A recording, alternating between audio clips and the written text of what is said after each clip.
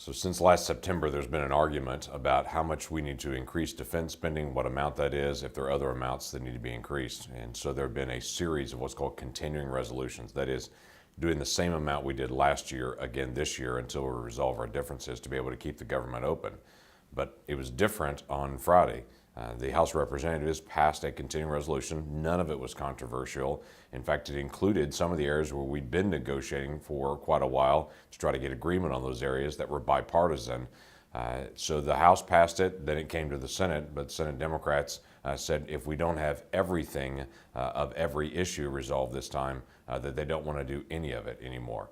And so in a very surprise move, Senate Democrats shut down the government and said if we don't resolve every issue, and when I mean every issue, some of them were debating disaster relief, children's health insurance program, the defense spending, overall budget spending, DACA and issues about illegal immigration, border security. If all of those aren't resolved right now, we're going to keep the government closed until they are resolved. The difficulty is those are issues we've been in the process of debating for months. Some of them, like the children's health insurance program, we have agreement on.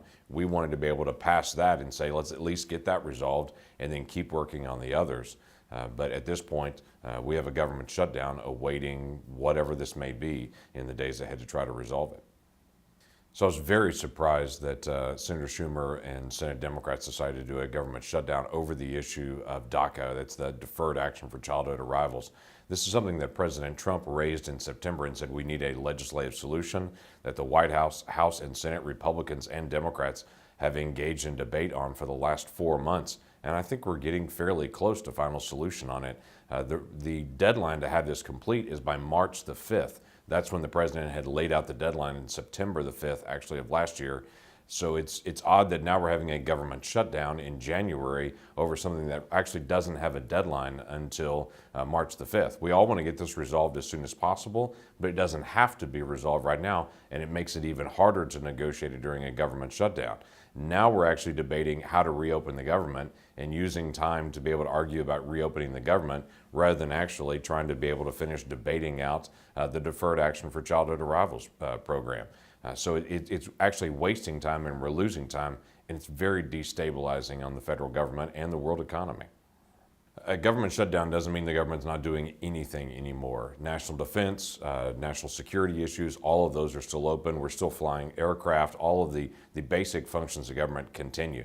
The Trump administration has taken this government shutdown very different than the Obama administration did. They've tried to focus on how many things can they make sure stays consistent through this time period rather than shutting down all national parks and shutting down everything else. So the focus has been keep as many things open as we possibly can. But where Oklahomans will see the difference is definitely for things like civilian employees, many of our federal employees that may have other tasks other than essential national security focused will be furloughed. Some of those civilian employees will not be paid back, and that's the hardest part of all of it. Many of the federal employees will be paid back through this, but it's very destabilizing. People that are trying to get building permits or trying to get access for information from government offices or passports or many other things will have a very difficult time working through this. And one of the hard parts will obviously be the IRS. Many people are trying to be able to file their taxes or to get phone calls through to the IRS or get additional details. That will be much harder in the days ahead. So this is difficult, but the basic national security functions will operate. But a lot of Oklahomans that are engaged with contracts with the federal government will be hurt in this process. Basic safety net programs are assistance programs, Social Security, Medicare, Medicaid, Veterans Assistance, all of those payments will continue. But people will notice a loss in service when they call to be able to get additional information or to get clarity, or if they have a case that's currently open with some kind of question, that'll be harder.